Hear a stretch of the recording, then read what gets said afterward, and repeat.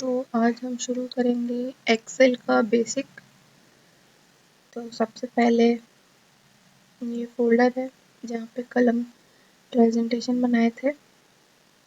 तो जो एग्ज़ाम होगा तो उसमें MS ऑफिस 2007 पे होगा। तो यहाँ पे जो स्टार्ट ऑप्शन होता है उस पर क्लिक करने से MS ऑफिस आएगा। फिर वहाँ से हम प्रेजेंटेशन या MS एक्सेल जो भी चूज़ करना है वो चूज़ करके इसमें अपना स्टार्ट कर सकते हैं। अब क्या है कि एक तो ये है, दूसरा ऑप्शन जो हम कल बताए थे कि राइट क्लिक करो, न्यू पे जाओ और यहाँ से भी हम एक्सेल का वर्कशीट या पावर पॉइंट प्रेजेंटेशन एक नया बना सकते हैं। तो एक हम अभी बनाए हैं, नया अभी बनाए हैं, ब्लैंक नहीं है क्योंकि लिखने में टाइम लगता है। तो हम सिर्फ इसको नॉर्मली लिख के रखे हैं और ये क्वेश्चन सेलेक्ट करके रखे। शायद ये लास्ट ईयर आया था। तो इसमें क्या है कि बहुत लोग ये भी बोल रहे थे कि टफ वाला कराने और लाइक एडवांस के जो फॉर्मूला होता है वो कराने के लिए। लेकिन देखो वहाँ पे उन लोगों को पता होता है कि हमारे पास सिर्फ 15 मिनट है और 15 मिनट में हमें इसका फॉर्मेटिंग भी करना है और फार्मूला भी लगाना है, ये सब कुछ करना है। तो जहाँ तक हमको लगता है उतना एडवांस्ड नहीं आएगा, लेकिन फिर भी हम अभी जो आज का बना रहे हैं ये अभी वाला फाइल, ये क्या है, इसको हम अभी सिर्फ बेसिक कवर करने का कोशिश करे हैं। उसके बाद हम एक दूसरा बना देंगे अगर सबका प्रॉब्लम सॉल्व नहीं हुआ तो। और एक कोई हमको क्वेश्चन भेजा था उसी वाले पोस्ट में, वो वाला क्वेश्चन हम करवा देंगे जिसमें DA और बेसिक का परसेंट ये सब कुछ मांगा था, तो वो वाला करा देंगे। तो फिलहाल जैसे लिखा हुआ है इसमें वैसे हम सब कुछ लिख के रखे हैं पहले से। तो इसमें क्या है कि एक चीज़ ये देखना पड़ेगा कि सबसे पहले जो हम ये जो ABCD है ये एक कॉलम कहलाता है, ठीक है। और ये जो 9, 10, 11, 12 है ये रो कहलाता है। और जो ये एक पर्टिकुलर सेल है यानी कि C कॉलम में सेकेंड रो, इसको C2 कहेंगे, वो D2 कहेंगे, वैसे ये C3 और ये D3 कहलाता है। देखते हैं जो इसमें लिखा हुआ है, format the cells such as the text size such that the text size is 12। इस पूरे का फिलहाल हम 12 कर देते हैं। ये 12 किया हुआ है, हम फिर भी कर देते हैं ये 12 और एरियल, ये आ गया एरियल, ठीक है। उसके बाद है हम टाइटल रो, ये 4th का बात कर रहे हैं, इसका बात कर रहे हैं। अब एक्सपेंसेस ऑफ अ पर्सन, इसको हमें करना है 14 बोल्ड, ये रहा बोल्ड, इटैलिक और 14। दूसरा जो हमें करना है वो ये कि यहाँ पे ए से ले merge and centre the cells. तो यहाँ देखो यहाँ पे मर्ज एंड सेंटर का ऑप्शन है। तो हम क्या करेंगे, ए से लेके ई तक सेलेक्ट करेंगे और मर्ज एंड सेंटर कर दिया, ठीक है। ये सेंटर हो गया, बोल्ड इटैलिक करना था वो हो गया। अब क्या है कि ये 5 वाला भी जो ये वाला है रो, इसमें क्या है कि सब मतलब किच-पिच सा आ रहा है, दिखाई नहीं दे रहा है। तो एक चीज़ बताना चाहेंगे सबसे पहले कि ये जैसे पैरामीटर लिखा हुआ है, ठीक है, पैरामीटर ये पूरा नहीं आ रहा है।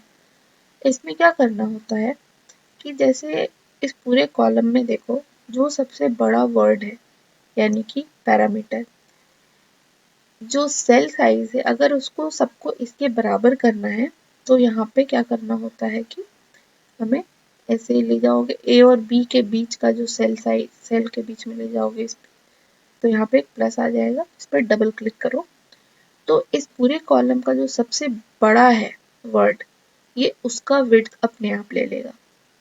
अब जैसे ई में देखो परसेंट इंक्रीज डिक्रीज है, तो ई में जो सबसे बड़ा है ये उसका साइज ले लिया, ठीक है।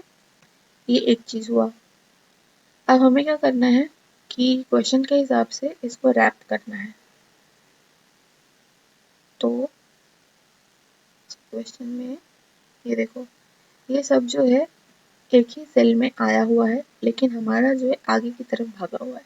तो हमें क्या करना है, इसको एक में करना है, इसीलिए हम इसको रैप करेंगे। ये हो गया। लेकिन अभी भी देखो ये ठीक नहीं आ रहा है, ये सारा एक तो नीचे भाग रहा है और फिर ये सब भी ठीक से नहीं आ रहा है। तो हम क्या करेंगे, जो ये नीचे भाग रहा है यहाँ पे भी अलाइनमेंट होता है टॉप, सेंटर और बॉटम। देखो अगर हम सेंटर पे करेंगे तो ये पैरामीटर को देखो कैसे आ गया, बिल्कुल सेंटर में आ गया। टॉप पे करेंगे तो ये सब बिल्कुल टॉप में चला गया। अब हमारा क्वेश्चन में देखो कैसा है, सब टॉप अलाइंड है, तो टॉप अलाइन हो गया। अब उसके बाद लिखा है 5 should be either left, center और right as shown in the figure। तो ये सब हमको बोल्ड लग रहा है और राइट अलाइन लग रहा है। अब क्या है कि 5A और 5D देखो ये पता नहीं चल रहा है। क्यों पता नहीं चल रहा है, क्योंकि जो एब्सोल्यूट इंक्रीज डिक्रीज ये वर्ड्स हैं, ये लगभग सेम वर्ड, मतलब कि सेम नंबर है इसके अंदर और सेम साइज का है, इसलिए पता नहीं चल रहा। तो हम इसको क्या करेंगे, राइट अलाइंड ही फिलहाल रखेंगे और देखते हैं क्या होता है। ठीक है, तो इसको सेलेक्ट किया, टॉप किया और ये राइट अलाइन कर दिया। और हाँ ये बोल्ड भी है तो इसको बोल्ड कर दिया। अब जो हमारा एक इशू आ रहा है वो क्या आ रहा है, इसको मतलब कि सेट करने का। तो सबसे पहले हम इसको जैसे देखो इस पे गए बी पे, अगर हम 18 19 एक साथ करने का कोशिश करते हैं तो ये इन भी साथ में आ जा रहा है। इसको कितना भी छोटा करो या बड़ा करो ये 19 नीचे चला जा रहा है, इन आ रहा है। तो इसमें हम क्या करेंगे, इसमें हम ब्रैकेट से जस्ट पहले जाएंगे और ऑल्ट एंटर कर देंगे। ठीक है, इससे ये नीचे आ गया, लेकिन हमको 2018-19 एक साथ चाहिए, तो हम इसको फिर से थोड़ा सा खींचेंगे। अब देखो 18-19 एक साथ हो गया और इन रुपीज भी आ गया। वैसे ही हम इसमें भी करेंगे।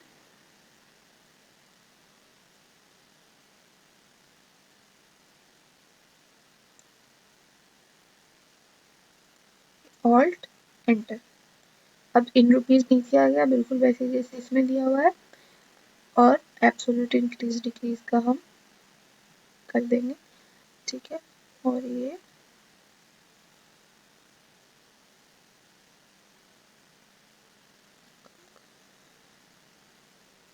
आ गया। ठीक है, तो आई थिंक ये वाला हो गया, इसको हम नीचे से भी कर दिए ऐसे। ठीक है, अब आया हमारा ये जो डिजिट्स डालना है। अब डिजिट्स डालने में क्या है कि यहाँ कॉमा आया हुआ है, इसमें जनरली जैसे ही हम डिजिट डालेंगे तो कॉमा नहीं आएगा। जैसे इन सब में देखो कॉमा नहीं आया, लेकिन इसमें कॉमा आया हुआ है। ठीक है, ये हम कॉमा डाले थे इसलिए कॉमा आया हुआ है।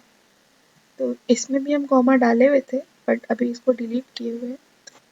5147,857.72 जैसे ही एंटर करेंगे ये कॉमा अपने आप आ जाता है, लेकिन बाकी में तो नहीं आया है। तो अब हम कॉमा के लिए क्या करेंगे कि इसको सेलेक्ट किया।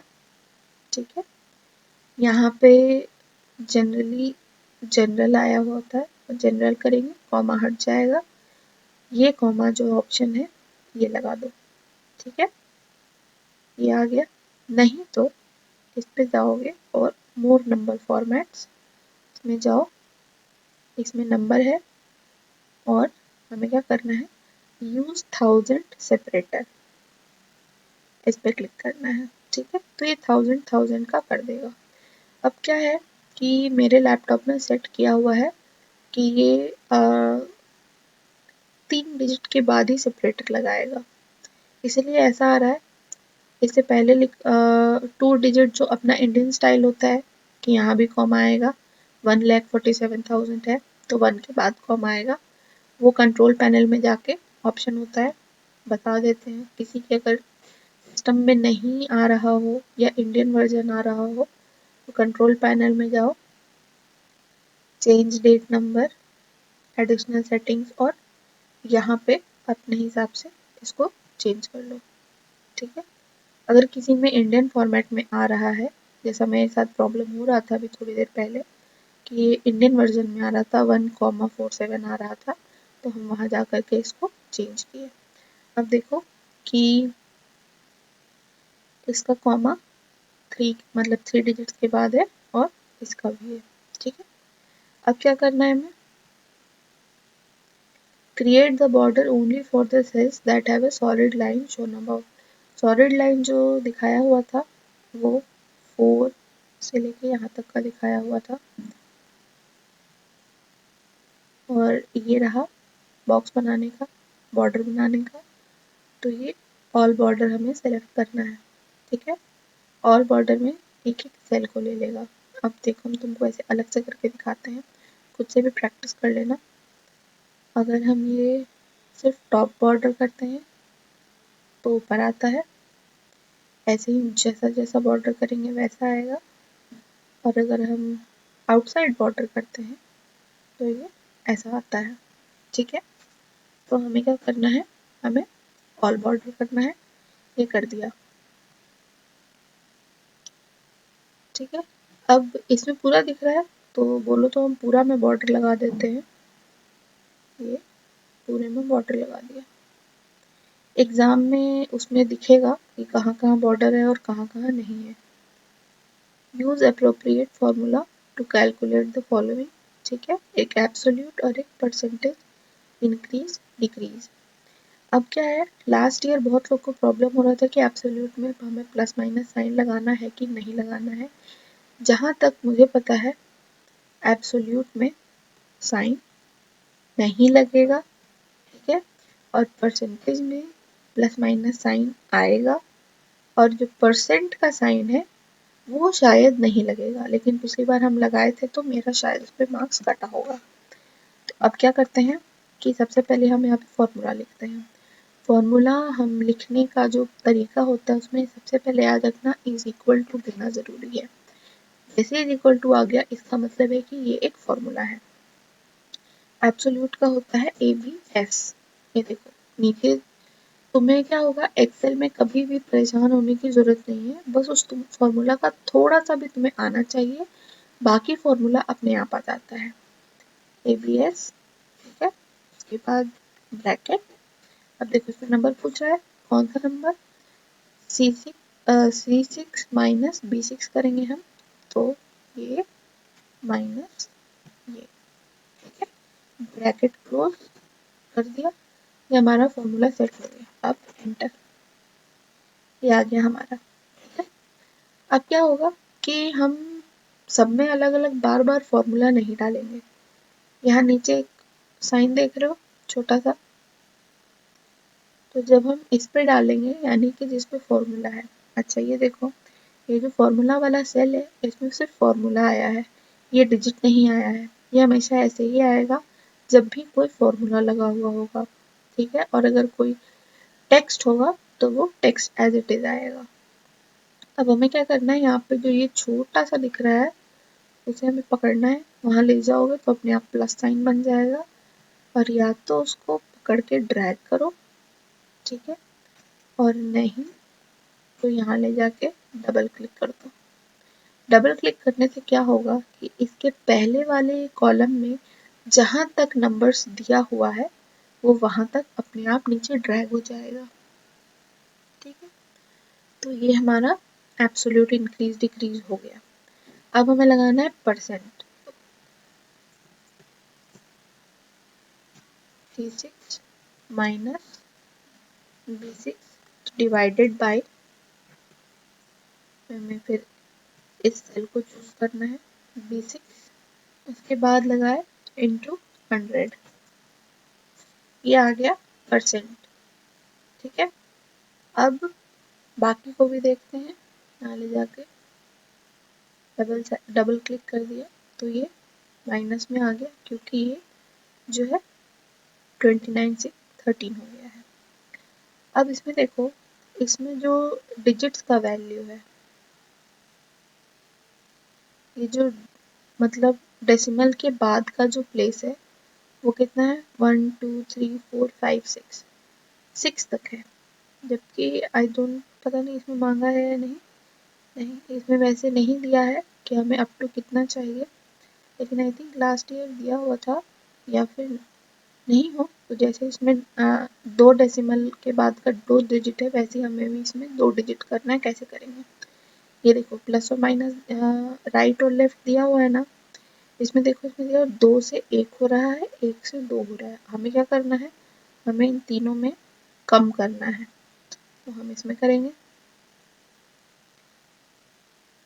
ये आ गया 2 डेसिमल के बाद, डेसिमल के बाद का 2 प्लेस तक, ठीक है, ये हो गया।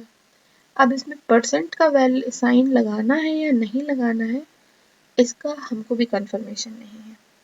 अब कुछ लोगों को और प्रॉब्लम हो रहा था, कुछ वो बता देते हैं। पेज लेआउट में साइज A4 है। अब देखो जब हम साइज A4 करते हैं तो यहाँ पे ये लाइन आ जाता है जो कि इसका मार्जिन है, और यहाँ नीचे भी मार्जिन आ जाता है। हाँ, यहाँ पे हम एक चीज़ लगाना भूल गए कि इसमें भी कॉमा लगेगा, ठीक है, जहाँ पे ज़रूरत है। और देखो ये अगर हैश आ गया इसका मतलब ये नहीं है कि उसमें भी मतलब प्रिंट में भी हैश ही आएगा। ये जो सेल था ये ग्रे कलर का था, तो हम ये फिल में जाएंगे और इसको ओके कर देंगे, ठीक है। अभी इसमें कहता है कि insert header for the page file path on left hand corner. तो देखो इसमें ऐसे आ रहा है, ये मेरा वाला है, मतलब ये 2007 वर्जन नहीं है,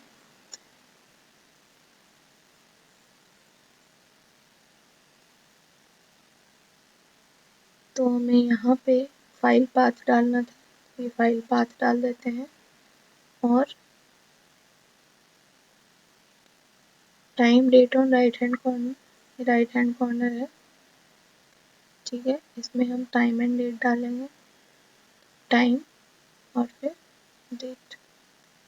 मेरे पास 2007 नहीं था तो हम नेट से ढूंढे, तो इसमें भी हेडर एंड फुटर जो है ये इंसर्ट में, आई थिंक ये 2007 का ही ऐसा दिखता है, तो ये यहाँ पे है। हमें ये ध्यान रखना है कि इंसर्ट में जा सकते हैं या फिर पेज लेआउट में ढूंढ सकते हैं, दोनों में से किसी एक में रहेगा। और जब हम हेडर एंड फुटर को क्लिक करेंगे तो ये कुछ ऐसा आता है पेज सेटअप टाइप का। हमें क्या करना है, हेडर में जाके कस्टम हेडर पे क्लिक करना है, ठीक है। फिर जब हम कस्टम हेडर पे जाएंगे तो ऑप्शन जो है वो कुछ ऐसा खुलेगा, ठीक है। फिर उसमें लेफ्ट सेक्शन, सेंटर सेक्शन और राइट सेक्शन अपने आप से भर सकते हैं। ये हैं ऑप्शंस जो हमें डालने होंगे। इसमें ये फाइल पाथ हो गया, यहाँ टाइम हो गया, यहाँ डेट हो गया। इस पे माउस ले जाओगे तो अपने आप नीचे में लिखा हुआ आ जाएगा कि ये क्या चीज़ ऐड कर सकता है।